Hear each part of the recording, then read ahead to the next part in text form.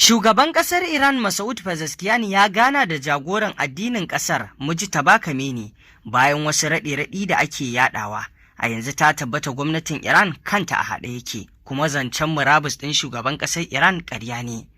Haka zalika za ku ji cewa saboda tsoron ƙasar Iran an canza wa Donald Trump jirgi, an saka shi a akwatin rumbun abinci na cikin jirgi duk saboda tsoron ƙasar Iran. Haka zalika cikin rahoton za ku ji cewa ƙasar Iran ta bayyana cewa ta rufe mashigar Hormuz ne saboda toshe tashoshin ruwanta da ƙasar Amurka ta yi. Masu saurare ku gyara zama domin jin waɗannan rahotannin labarai da muke tafa da su.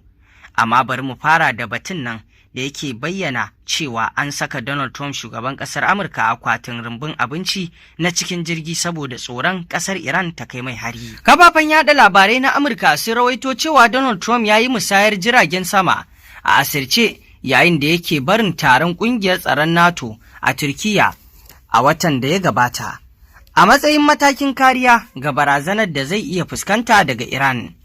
Shugaban Amurka ya hau jirgin Air Force One a bainar jama'a kafin a yi a shigar da shi cikin wata babbar akwatin abinci a filin jirgin sama, sannan a saka shi a jirgin sama na soja. Ba tare da 'yan jarida da wasu ma'aikatan fadar White House sun sani ba, in ji jaridar Washington Post. Jami'ai sun shaidawa kafan nan ta CBS News cewa Amurka ta gano wata barazana ta gaskiya da Iran ke yi na harba makami mai linzami a kan jirgin. Fadar White House bata tabbatar da wannan sirrin ba. A baya Trump ya ce shine babban abin da Iran ke nema a taron kolin da aka gudana a Amurka. Wannan matakin na sirri ya zo ne kwana guda bayan da Amurka ta sake sabunta hararen soji kan Iran bayan wargajewar tattaunawar da aka yi tsakanin Washington da Tehran don kawo ƙarshen yakin. Trump ya isa Turkiyya a cikin sabon jirgin Boeing 747-8 da Qatar ta bashi, amma ya sanar da cewa zai tafi da tsohon jirgin Air Force One bisa tsari. A ranar 8 ga watan Yuli an nuna shi yana shiga jirgin saman shugaban ƙasar a filin jirgin saman Ankara. Amma a cewar jaridar Washington Post, an kai shi a asirce zuwa wani ƙaramin jirgin sama na soja na C-32A, wani jirgin Boeing 757 da mataimakin shugaban ƙasa ke amfani da shi akai-akai ta hanyar sundukin abinci da aka ɗaga zuwa matakin jirgin sama a gefe guda da inda ya hau jirgin.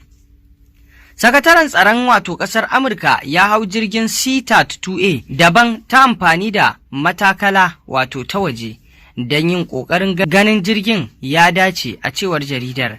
'Yan jarida da wasu ma'aikatan fadar White House sun shiga jirgin Air Force One, kuma an rawaito cewa an gaya musu su rufe tagoginsa, ba san cewa shugaban baya cikin jirgin ba. Daga nan ne Trump ya tashi zuwa Birtaniya akan hanyarsa ta zuwa Amurka, inda ya sake hawa tsohon jirgin Air Force One, kuma an gan shi yana saukowa daga jirgin bayan ya sauka a sansanin jiragen sama na sojin Birtaniya RAF. Ba a san yadda ya koma daga jirgin C-32A zuwa tsohon jirgin ba.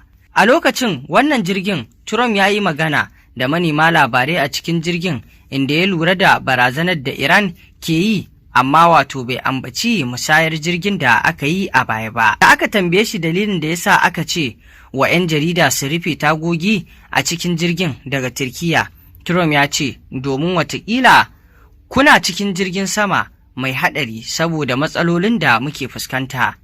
Ya ce yana fuskantar barazana a kowane lokaci a rayuwarsa, kuma shine na ɗaya a cikin jerin barazanar Iran. Amma idan na tafi, kai ma za ka tafi ko? Ya ce yana mai ƙarawa da cewa watakila wata rana kana son sauya sana'a. Daraktan sadarwa na fadar White House Stephen bai tabbatar ko musanta rahotannin kai tsaye ba, amma ya ce sabon Air Force One jirgin sama ne na zamani wanda aka sanya masa matakan tsaro don kare shugaban ƙasa da ma'aikatansa a cikinsa. A baya dai hukumar leƙen asiri ta Amurka ta yi gargaɗi game da wata barazana ta musamman da za a iya kai wa Trump ko jiragensa hari, a cewar rahoton da CBS News ta bayar. Jaridar New York Times ta rawaito a baya game da damuwar tsaro game da jirgin saman da Qatar ta bayar kyauta, ciki har da cewa hukumar tsaro ta Amurka ta buƙaci Trump ya sauya jiragen sama bayan dawowarsa daga taron kolin NATO.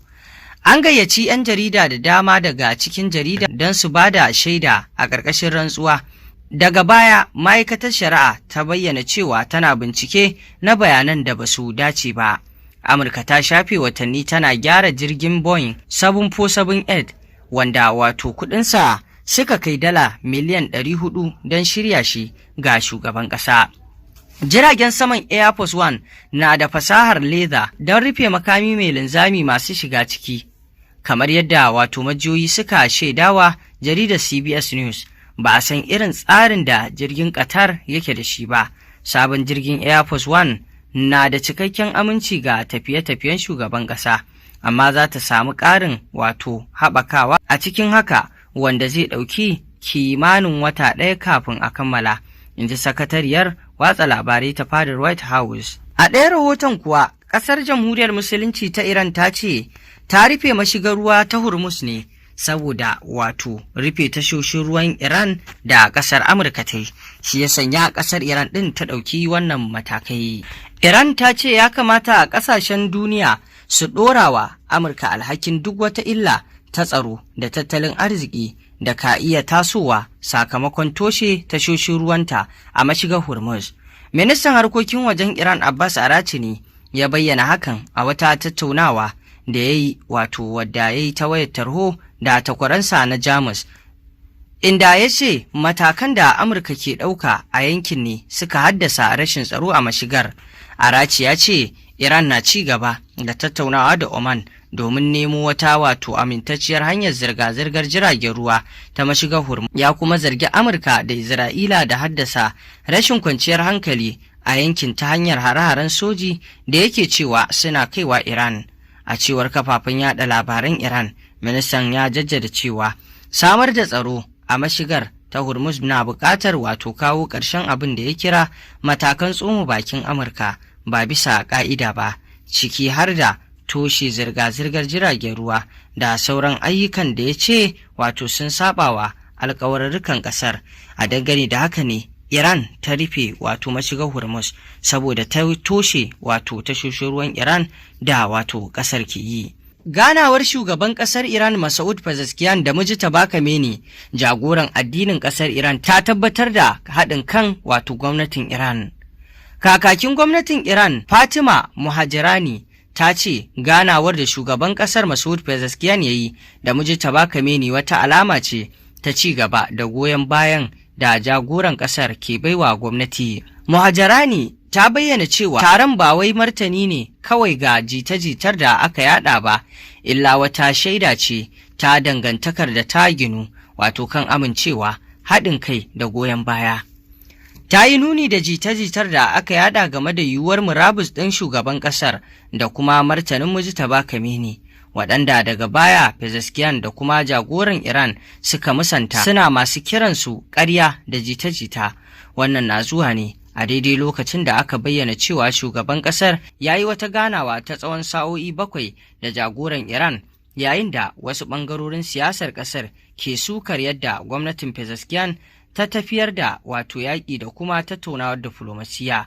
Muhajirani ta kuma ce jagoran addinin ƙasar ya sha bayyana goyon bayansa ga shugaban ƙasa da kuma gwamnatin wato a lokaci daban-daban. Ta ƙara da cewa ya kamata a bambanta tsakanin suka masu amfani da kuma wato matakan da ke haifar da rashin amincewa da ƙarar rabuwar kawuna a siyasar ƙasar. To masu saurare me za ku ce kan wannan batutuwa? Mun gode.